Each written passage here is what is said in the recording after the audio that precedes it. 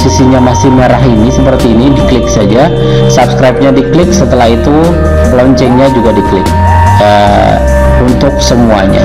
Bagi yang belum, saya tunggu untuk klik subscribe dan loncengnya. Nah, Bapak Ibu sekalian, modul ajar itu merupakan salah satu perangkat ajar yang lalu disebut RPP, sekarang modul ajar. Jadi kalau tadi yang katakan terngiang modul ajar, ya sudah tahu modul ajar. Nah, sekarang modul ajar yang dimaksud ini adalah modul ajar yang analog dengan RPP, tapi RPP-nya RPP yang plus gitu ya. RPP plus artinya komponen-komponen dari modul ajar itu lebih banyak atau lebih lengkap lah daripada RPP yang selama ini dikembangkan.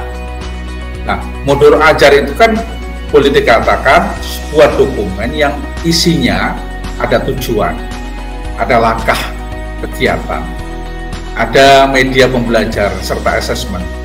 Ini yang pokok. Dan ini yang dibutuhkan dalam satu unit atau topik ya, atau sajian atau lesson berdasarkan alur tujuan pembelajaran.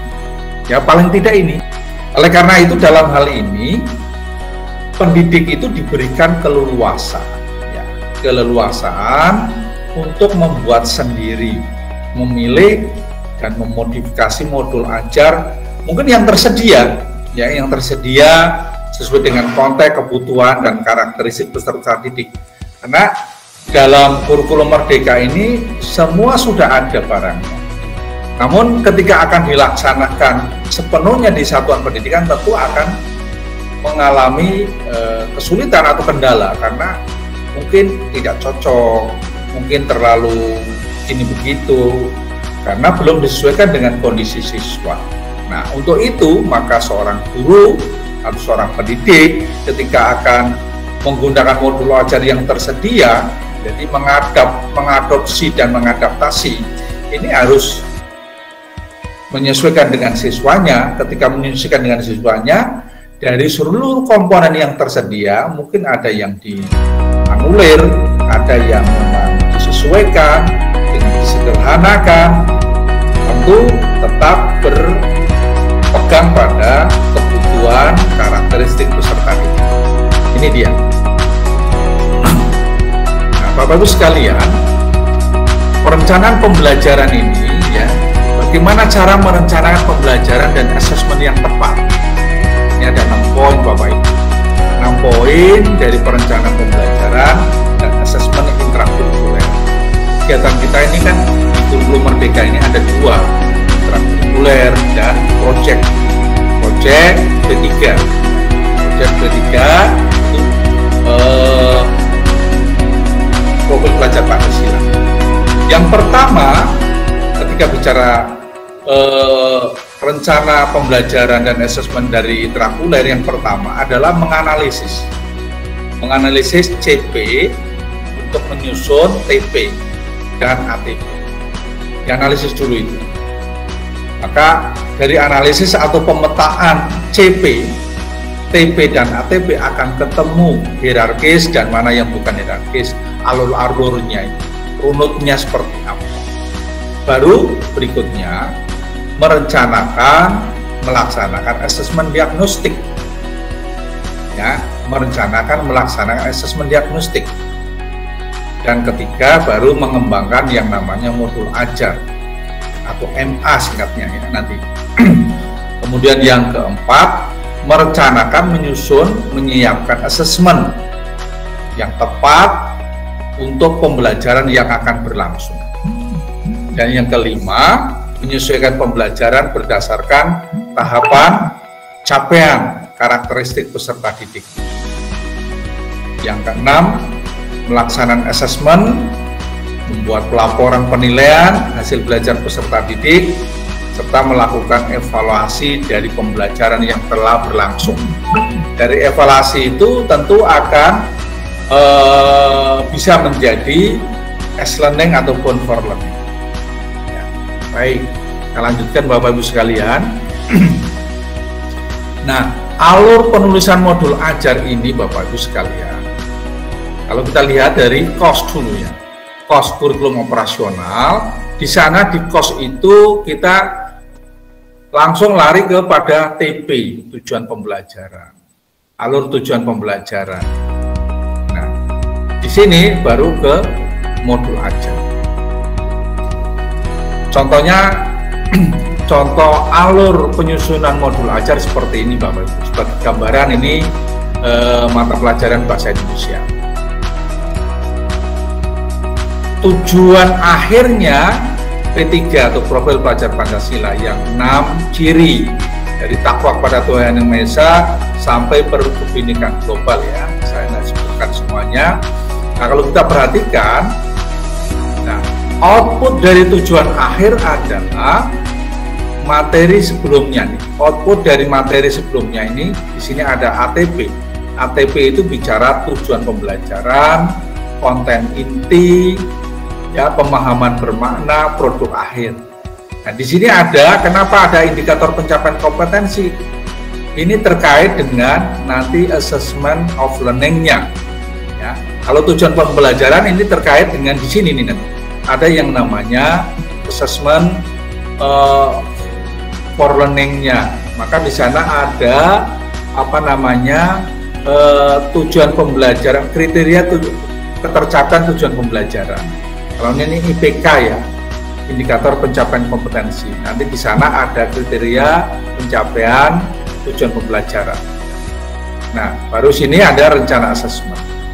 Nah, kemudian kita lihat elemen bahasa Indonesia apa saja, dari menyimak, membaca, memirsa, berbicara, dan mempresentasikan, menulis. Ini kita lihat tentu disandingkan untuk menetapkan TP dan seterusnya. Nah, ini para guru harus diarahkan ke sini. Oke, kita lanjutkan. Bagaimana struktur modul ajar? Ini bicara ideal Bapak Ibu ya. Ini bicara ideal. Struktur modul ajar yang pertama ini fase capaian modul ajar. Kemudian jumlah jam pelajaran, metode belajar, tujuan pembelajaran, dimensi Pancasila, pengetahuan, keterampilan, dan prasyarat pengetahuan. Nah, kalau kita perlihatkan ini, komponen detail modul ajar per pertemuan. Ini kan modul ajar secara garis besar ya. Per pertemuan di sini ada bahan ajar, pemahaman bermakna, pertanyaan pemantik, indikator keberhasilan, asesmen, sarana prasarana, dan rencana kegiatan. Nah, lampirannya di sini lembar aktivitas atau LK, ya, LKPD ya, selama ini. Kemudian rubrik penilaian, bahan ajar lain yang relevan. Nah, perlu diperhatikan Bapak Ibu di tulisan miring ini, bahwa struktur modul ajar ini bukan struktur wajib.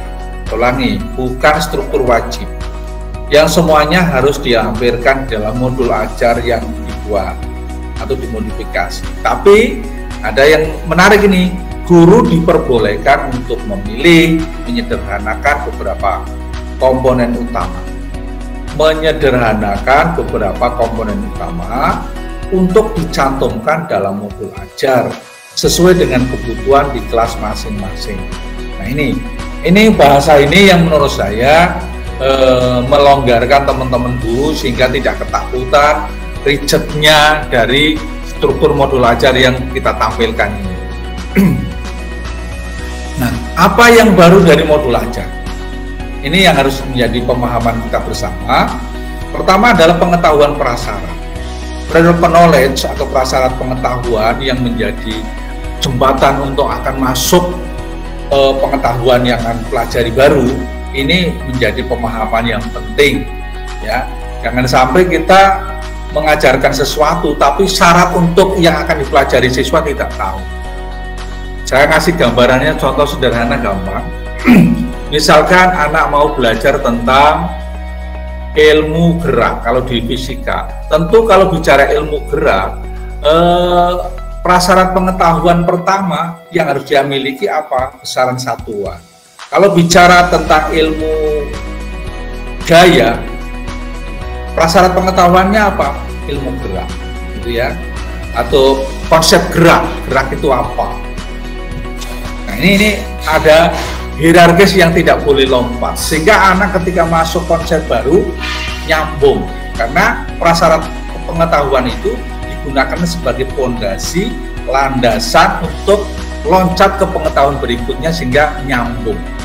Kemudian pertanyaan pemantik ini penting sekali Bapak Ibu sekalian.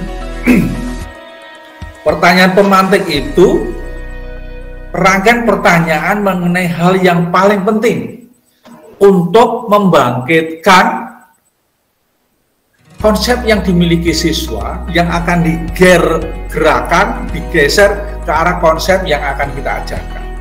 Maka pemantik itu sifatnya akan membuat siswa penasaran, ya, membuat siswa penasaran kenapa demikian, kenapa begitu. Kalau di prasyarat pengetahuan kan sebagai motivasi, landasan, ya. Nah, ini sebagai menjadi siswa penasaran untuk melakukan apa namanya dalam konsep sains itu untuk trial and error, ya, untuk menyelidik, melakukan inquiry, melakukan, ya, intinya belajar lebih jauh lagi. Kenapa demikian? Kemudian berikutnya pemahaman bermakna.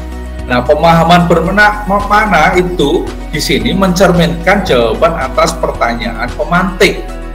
Pertanyaan pemantik yang merupakan pemahaman yang kita ingin siswa capai, siswa peroleh setelah mempelajari topik tertentu. Nah, tentu untuk bisa bermakna seperti yang disampaikan Ausubel itu, siswa itu dalam menginternalisasi, memahami konsep itu, melakukan aktivitas, dia akan menemukan konsep sesungguhnya yang sesuai dengan apa yang dia miliki dengan yang dia temukan, matching, ya. Matching. Oh, ternyata yang dimaksud ini bukan seperti selama ini yang saya pahami, tapi ini dari aktivitas belajar yang dilakukan dia. Ya. Oke. Nah, acuan teknik modifikasi modul ajar ini sebagai pengetahuan kita. Bagaimana modul ajar tadi kan tidak boleh ansih, letterlet, struktur yang seperti itu yang mengerikan, tapi boleh diambil yang unsur utama saja. Nah, maka untuk itu kan berarti ada kegiatan atau bisa kegiatan yang dilakukan oleh para guru, para pendidik untuk melakukan modifikasi, mengadaptasi modul. Nah, acuan teknik modifikasi modul itu seperti ini. Pertama, Bapak Ibu menetapkan tujuan pembelajaran, tujuan belajar berdasarkan CP dan ATP yang sesuai apa? Karakter. Bolak-balik ini karakteristik murid, karena core-nya siswa, ya. Lalu kurikulumnya yang sekarang sedang dikembangkan.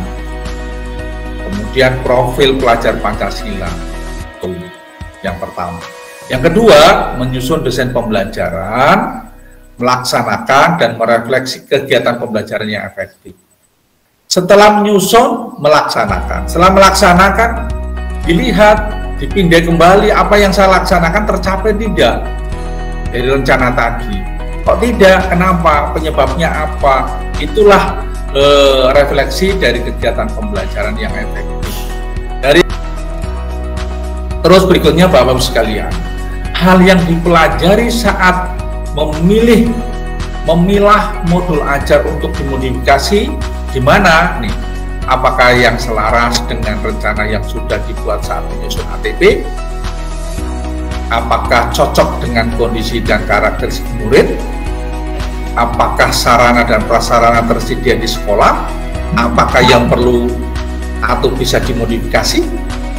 Jadi, adakah yang perlu atau bisa dimodifikasi? Nah, ini pertanyaan-pertanyaan ini dijawab oleh guru pada saat akan mematchingkan, memenuhi tuntutan jawaban keperbedaan itu, perbedaan karakter ini, sedikit.